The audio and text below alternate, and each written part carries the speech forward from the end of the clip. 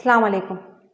ഈ ലോകത്ത് ജനിച്ച് മരിച്ചുപോയ മുഴുവൻ ജനങ്ങളിലും ഇനി വരാനിരിക്കുന്ന കോടിക്കണക്കിന് മനുഷ്യരിലും വെച്ച് ഏറ്റവും ഉത്തമൻ, ഏറ്റവും നല്ല മനുഷ്യൻ ആരാണെന്ന് ചോദിച്ചാൽ അതിനൊരൊറ്റ ഉത്തരം മാത്രമേ ഉള്ളൂ: പ്രവാചകൻ മുഹമ്മദ് നബി സല്ലല്ലാഹു അലൈഹി വസല്ലം.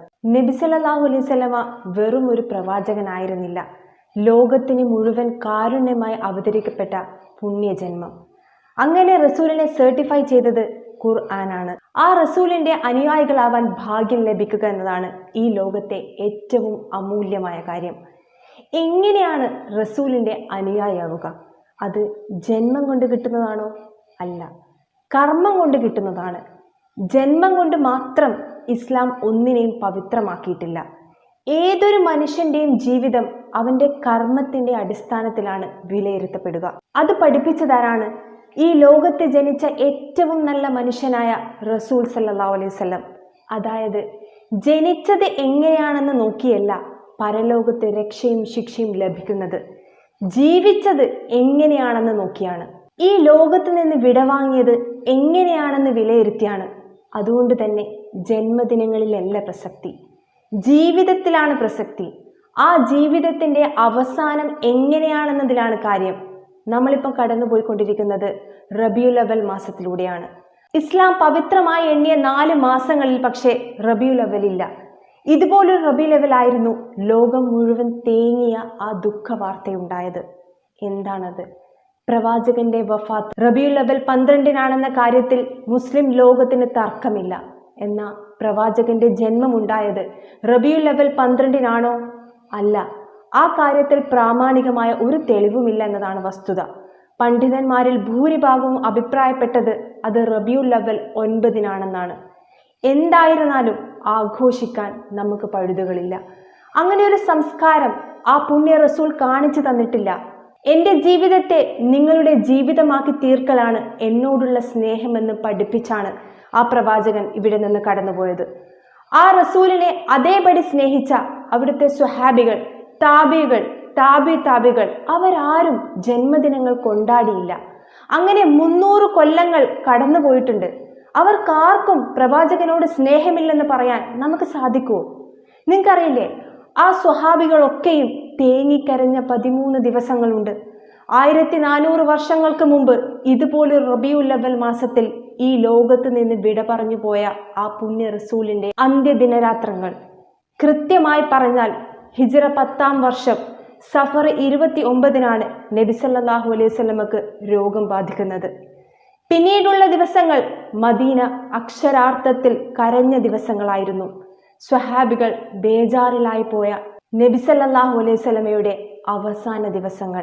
നബി സല്ലല്ലാഹു അലൈഹി വസല്ലമക്ക് രോഗമാണെന്നറിഞ്ഞത് മുതൽ സ്വഹാബികൾ പള്ളിയിൽ നിന്ന് ദീർഘമായി നമസ്കരിക്കും, കരഞ്ഞുകൊണ്ട് ദുആ ചെയ്യും, പ്രവാചകന്റെ രോഗശമനത്തിനായി പ്രാർത്ഥിക്കും. മുറിക്ക് പുറത്ത് നിന്ന് നബി സല്ലല്ലാഹു അലൈഹി വസല്ലമയോട് സലാം പറയും, തിരിച്ചു പോകും. ഇങ്ങനെ കഴിച്ചുകൂട്ടിയ ദിവസങ്ങൾ. തൻ്റെ ജീവിതം അവസാനിക്കാൻ പോവുകയാണെന്ന് നബി സല്ലല്ലാഹു അലൈഹി വസല്ലമക്കും ചില സൂചനകൾ കിട്ടിയിരുന്നു. അതുകൊണ്ടാണല്ലോ യമനിലേക്ക് യാത്ര ചെയ്യാൻ ഒരുങ്ങിയ മുആദ് ബിൻ ജബൽ റളിയല്ലാഹു അൻഹു, അദ്ദേഹം യാത്ര പറയാനായി നബി സല്ലല്ലാഹു അലൈഹി വസല്ലമയുടെ അടുത്തെത്തി. നബി കുറച്ച് ഉപദേശങ്ങൾ കൊടുത്തു. മുആദ്, നീ യമനിൽ പോയി ലാ ഇലാഹ ഇല്ലല്ലാഹ് പറഞ്ഞു കൊടുക്കണം. അള്ളാഹുവിനെ അല്ലാതെ ആരാധിക്കാൻ പാടില്ലെന്ന്, വിളിച്ചു തേടാൻ പാടില്ലെന്ന് മുആദ് നീ അവർക്ക് പഠിപ്പിച്ചു കൊടുക്കണം. യാത്ര പുറപ്പെടാൻ ഒട്ടകപ്പുറത്തേക്ക് കയറാൻ ഒരുങ്ങിയ മുആദ് റളിയല്ലാഹുവിന്റെ അടുത്തേക്ക് പ്രവാചകൻ ചെന്ന് പറഞ്ഞു, മുആദ്, ഇനി നീ വരുമ്പോൾ ഈ മദീനത്തെ പള്ളിയിൽ എന്നെ നീ കണ്ടുകൊള്ളണമെന്നില്ല. ഒരു പക്ഷേ എൻ്റെ ഖബറിനരികത്ത് കൂടിയാണ് നിനക്ക് ചിലപ്പോൾ സഞ്ചരിക്കേണ്ടി വരിക. ഇത് കേട്ട മുആദ് റളിയല്ലാഹു അൻഹു പൊട്ടിക്കരഞ്ഞുപോയി. കാരണം പ്രവാചകനില്ലാത്ത മദീന അവർക്ക് ഉൾക്കൊള്ളാനാവുമായിരുന്നില്ല. നബി സല്ലല്ലാഹു അലൈഹി വസല്ലമയുടെ വഫാത്തിന്റെ മറ്റൊരു സൂചന, ആ കൊല്ലം റമളാനിൽ ജിബ്രീൽ 2 വട്ടം നബി സല്ലല്ലാഹു അലൈഹി വസല്ലമയുടെ ഖുർആൻ ഹിഫ്ള് പരിശോധിച്ചിട്ടുണ്ട്. അതിൽ നിന്നും നബി സല്ലല്ലാഹു അലൈഹി വസല്ലമക്ക് ഏറെക്കുറെ ബോധ്യമായിട്ടുണ്ടാവണം, തൻ്റെ നിയോഗം പൂർത്തിയായിട്ടുണ്ടെന്ന് നബി സല്ലല്ലാഹു അലൈഹി വസല്ലമക്ക് തോന്നിയത് കൊണ്ടായിരിക്കും നബി സല്ലല്ലാഹു അലൈഹി വസല്ലമ ആ കൊല്ലം ഹജ്ജിന് ഇറങ്ങിത്തിരിച്ചത്. അതുകൊണ്ട് തന്നെ റസൂലിന്റെ കൂടെ ഹജ്ജിന് ഇറങ്ങി പുറപ്പെട്ടത് ലക്ഷക്കണക്കിന് സ്വഹാബികളായിരുന്നു. ആ കൊല്ലം ഹജ്ജ് കർമ്മം ചെയ്തുകൊണ്ടിരിക്കുമ്പോൾ ത്വാഫിനിടയിൽ മഖാം ഇബ്രാഹിമിന്റെ അടുത്തെത്തിയപ്പോൾ നബി ഒന്ന് തേങ്ങിപ്പോയി. തന്റെ കൂടെ തവാഫ് ചെയ്യുന്ന സ്വഹാബികളോട് ആ മുത്ത് റസൂൽ ഒരു കാര്യം പറഞ്ഞു കൊടുക്കുന്നുണ്ട്. ഖുദ് അന്നി മനാസികക്കും, നിങ്ങൾ ഞാൻ ചെയ്യുന്നത് പോലെ നോക്കി പഠിച്ചോളണേ എന്ന് ഓർമ്മപ്പെടുത്തി കൊടുക്കുന്നുണ്ട് പ്രവാചകൻ. ഹജ്ജിന്റെ കർമ്മങ്ങൾ എങ്ങനെയാണെന്ന് നോക്കി പഠിച്ചോളാൻ, നിങ്ങൾക്ക് നല്ലതാണെന്ന് തോന്നുന്നതല്ല, ഞാൻ ചെയ്യുന്നത് മാത്രം എടുത്താൽ മതിയെന്നാണ്. കാരണം ഈ കൊല്ലത്തിന് ശേഷം നമ്മൾ പിന്നെ ഈ സ്ഥലത്ത് വെച്ച് കണ്ടുമുട്ടിക്കൊള്ളണമെന്നില്ല എന്ന് പ്രവാചകൻ സല്ലല്ലാഹു അലൈഹി വസല്ലമ പറഞ്ഞപ്പോൾ സ്വഹാബികൾ കരഞ്ഞു. നബി സല്ലല്ലാഹു അലൈഹി വസല്ലമയുടെ അന്ത്യനിമിഷങ്ങൾ അവിടുന്ന് കൂടുതലും ചിലവഴിച്ചത് ആയിഷ റളിയല്ലാഹു അൻഹയുടെ മടിയിലാണ്. ഇടയ്ക്ക് അടുത്തുള്ള ജന്നത്തുൽ ബഖയിൽ ചെന്നിരിക്കും. അവിടെ മറമാടപ്പെട്ട സ്വഹാബികൾക്ക് വേണ്ടി പ്രാർത്ഥിക്കും. കരഞ്ഞു കലങ്ങിയ കണ്ണുകളുമായി നബി സല്ലല്ലാഹു അലൈഹി വസല്ലമ ആയിഷ റളിയല്ലാഹു അൻഹയുടെ വീട്ടിലേക്ക് തിരിച്ചെത്തും. ചിലപ്പോഴൊക്കെ അദ്ദേഹം അടുത്തുള്ള ഉഹുദിന്റെ ഭൂമിയിലേക്ക് യാത്ര ചെയ്യും. അവിടെ മറമാടപ്പെട്ട് കിടക്കുന്ന പ്രിയപ്പെട്ട എളാപ്പ ഹംസ റളിയല്ലാഹു അൻഹു, അദ്ദേഹത്തിന്റെ കരൾ വീണ് വിറങ്ങലിച്ച ഉഹുദിന്റെ മണ്ണ്, കൈയും കാലും വെട്ടി തുണ്ടം തുണ്ടമാക്കപ്പെട്ട മിസ്അബ് ബിൻ ഉമൈർ റളിയല്ലാഹു അൻഹു, അവരുടെയൊക്കെ ഖബറിനടുത്ത് ചെന്നിരുന്ന് അവരുടെ ത്യാഗങ്ങൾ ഓർക്കും, കരയും. അവർക്ക് വേണ്ടി പ്രാർത്ഥിക്കും. റബ്ബേ, നിന്റെ ദീനിനെ നിലനിർത്താൻ ജീവത്യാഗം ചെയ്ത നിന്റെ ശഹദാക്കൾ, അവർക്ക് നീ സ്വർഗം കൊടുക്കണേ എന്ന് പ്രാർത്ഥിക്കും. എല്ലാത്തിനും സാക്ഷിയായ ഉഹുദുണ്ട്. ഉഹുദ് ഇസ്ലാമിക ചരിത്രത്തിലെ ഒരു പ്രതീകം കൂടിയാണ്. ഉഹുദിനെ അത്രമേൽ ഇഷ്ടായിരുന്നു നബി സല്ലല്ലാഹു അലൈഹി വസല്ലമക്ക്. റബിയുൽ അവ്വലിലെ ആദ്യ ദിനങ്ങൾ നബി സല്ലല്ലാഹു അലൈഹി വസല്ലമയുടെ രോഗകാഠിന്യത്തിന്റെ ദുഃഖം പേറുന്ന ദിവസങ്ങളായിരുന്നു. ഇടയ്ക്കൊരു ദിവസം ഒരു സ്വഹാബി മരണപ്പെടുന്നുണ്ട്.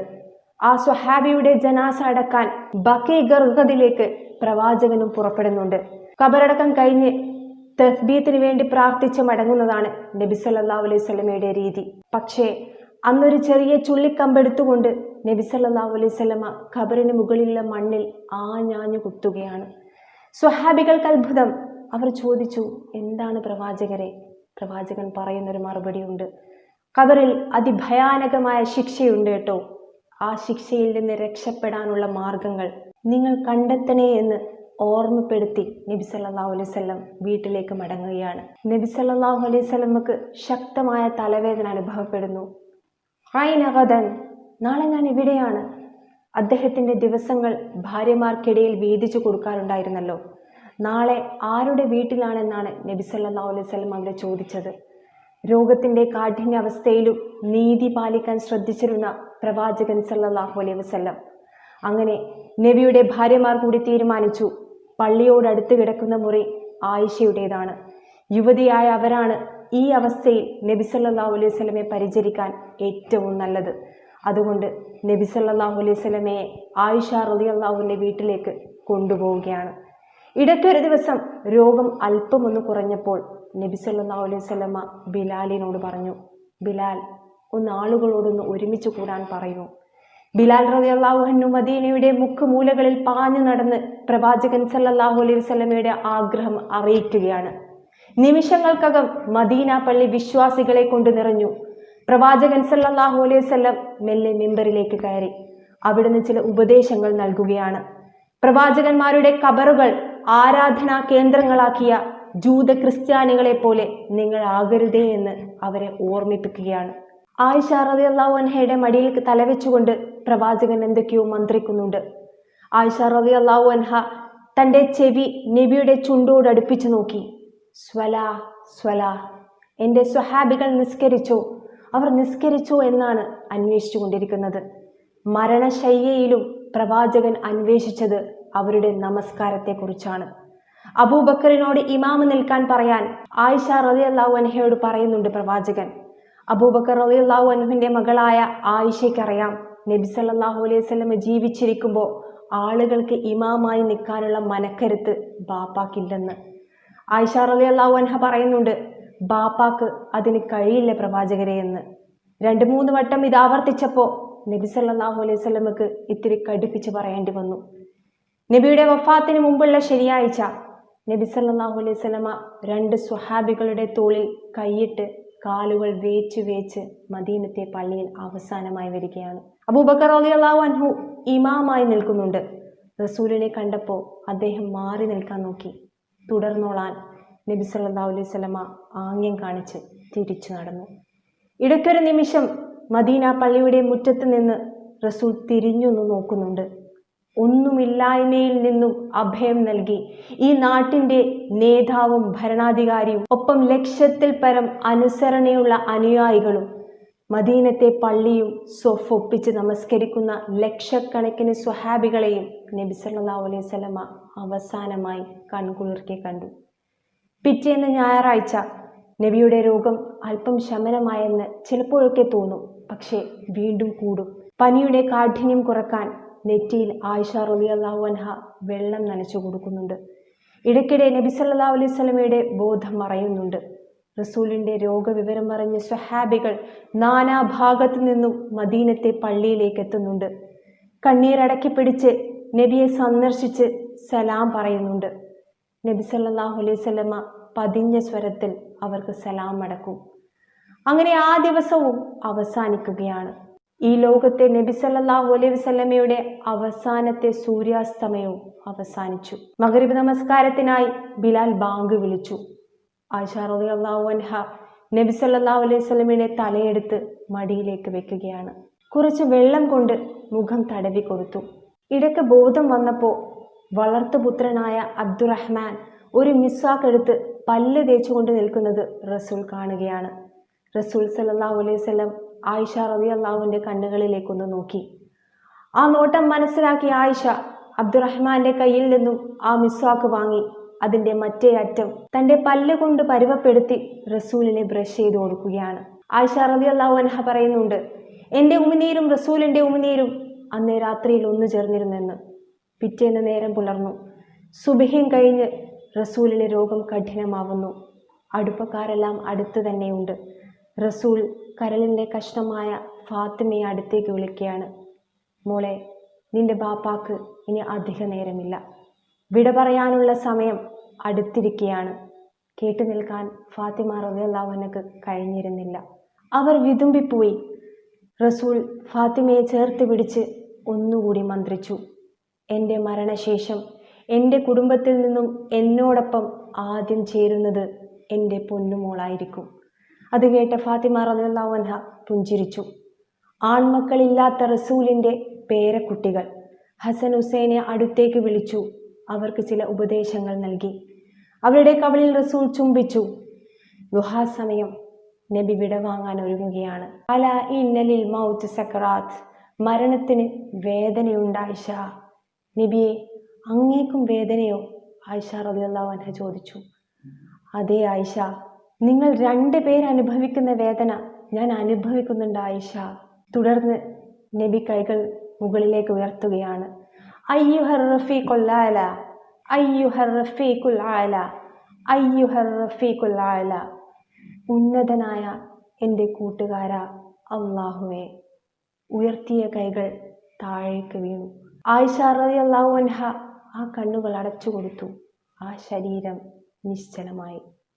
റൂഹിനെ പരിചയപ്പെടുത്തി തന്ന റസൂലിൻ്റെ റൂഹുമായി മലക്കുകൾ യാത്രയായി. ആ മെഹ്റാബ് കാലിയായി. ആ മിമ്പർ മൂകമായി. ഒരു വേള മദീന അനാഥമായി. കണ്ണീരടക്കാൻ പാടുപെടുന്ന സ്വഹാബികൾ, സ്വന്തത്തെക്കാളേറെ റസൂലിനെ സ്നേഹിച്ച അവിടുത്തെ കൂട്ടുകാർ. റസൂൽ വിട പറഞ്ഞിരിക്കുന്നു എന്ന സത്യം ഉൾക്കൊള്ളാൻ ഉമറിനെ പോലുള്ള സ്വഹാബികൾക്ക് പോലും സാധിച്ചിരുന്നില്ല.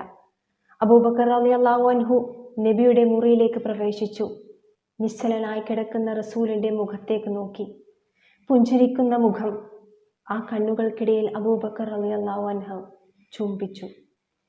തിരികെ വന്ന് ഉമർ റളിയല്ലാഹു അൻഹുവിനെ ആശ്വസിപ്പിച്ചു. ഇന്നക മയ്യിതൂൻ വ ഇന്നഹും മയ്യിതൂൻ എന്ന ഖുർആൻ വചനം ഓർമ്മിപ്പിച്ചു കൊടുത്തു. നബിയെ, താങ്കളും മരിക്കുമെന്ന വചനം. ഉമർ ശാന്തനായി. തുടർന്ന് അബൂബക്കർ റളിയല്ലാഹു അൻഹു പറഞ്ഞു, ആരെങ്കിലും മുഹമ്മദിനെ ആരാധിച്ചിട്ടുണ്ടെങ്കിൽ മുഹമ്മദ് ഇതാ മരണപ്പെട്ടിരിക്കുന്നു. ആരെങ്കിലും അള്ളാഹുവിനെ ആരാധിക്കുന്നുവെങ്കിൽ അവൻ എന്നെന്നും നിലകൊള്ളുന്നു. റസൂൽ വിടവാങ്ങിയ മദീനയിൽ നിന്നും ബിലാലിനെ പോലുള്ള ചില സ്വഹാബികൾ നാടുവിട്ടു. പ്രവാചകനില്ലാത്ത മദീന, ആ മദീനയിൽ നബിദിനാഘോഷമില്ല. കാരണം അത് പ്രവാചകന്റെ ചര്യയല്ല, സംഘടനയുടെ പേരിലല്ല. ഉള്ളു തുറന്ന് ആലോചിക്കുക. നബിക്ക് പരിചയമില്ലാത്ത അബൂബക്കറിനും ഉമറിനും ഉസ്മാനും അലിക്കും റളിയല്ലാഹു അൻഹും ഒപ്പം ലക്ഷക്കണക്കിന് സ്വഹാബികൾക്കും പരിചയമില്ലാത്ത നബിദിനം. അവരൊന്നും നബിദിനം ആഘോഷിക്കാത്തവരാണ്. നമ്മൾ ആ പക്ഷത്ത് നിലയുറപ്പിക്കണോ? അതല്ല. അവർക്കൊന്നും അറിയാത്ത ന്യായങ്ങൾ, അവർക്കൊന്നും പരിചയമില്ലാത്ത തെളിവുകൾ, യുക്തികൾ, വാദങ്ങൾ, ഇതുമായി മുമ്പോട്ട് പോകണോ എന്ന് തീരുമാനിക്കേണ്ടത് നമ്മൾ ഓരോരുത്തരുമാണ്. ഇല്ല, ഞാൻ എൻ്റെ റസൂലിനെ സ്നേഹിക്കുന്നു, അതുകൊണ്ട് ആ പുണ്യ റസൂൽ പഠിപ്പിക്കാത്ത ഒരു ആചാരവും ഇസ്ലാമിൻ്റെ പേരിൽ ഞാൻ ആഘോഷിക്കില്ല. അതെത്ര വലിയ പണ്ഡിതൻ പറഞ്ഞാലും. കാരണം എൻ്റെ നേതാവ് ഏതെങ്കിലും പണ്ഡിതനല്ല. സയ്യിദും ഷെയ്ഖും ഉസ്താദും എല്ലാം ഒന്നേയുള്ളൂ. അത് മുഹമ്മദ് നബി സല്ലല്ലാഹു അലൈഹി വസല്ലം മാത്രമാണ്. ആ നേതാവ് ജീവിതത്തിൽ ഒരിക്കലും കളവ് പറയാത്ത പ്രവാചകനാണ്. ആ നേതാവ് പണത്തിന് വേണ്ടി ഇസ്ലാമിനെ വിറ്റ് കളയുന്നവനല്ല. ആ നേതാവ് ഞാൻ നരകത്തിൽ പോകുന്നത് സഹിക്കാൻ കഴിയാത്ത ആളാണ്. ആ നേതാവ് എനിക്ക് സ്വർഗത്തിൽ പോകുന്ന ഒരു കാര്യവും മറച്ചു വെച്ചിട്ടില്ലാത്ത നേതാവാണ്. എനിക്കത് മതി. ഇങ്ങനെ പറയാൻ നമുക്ക് സാധിക്കൂ എങ്കിൽ നമ്മൾ വിജയിച്ചവരാണ്. അള്ളാഹു ആ പുണ്യ റസൂലിനോടൊപ്പം സ്വർഗത്തിൽ ഒരുമിച്ച് കൂട്ടട്ടെ എന്ന പ്രാർത്ഥനയോടെ മാഅസ്സലാമ. അസ്സലാമു അലൈക്കും.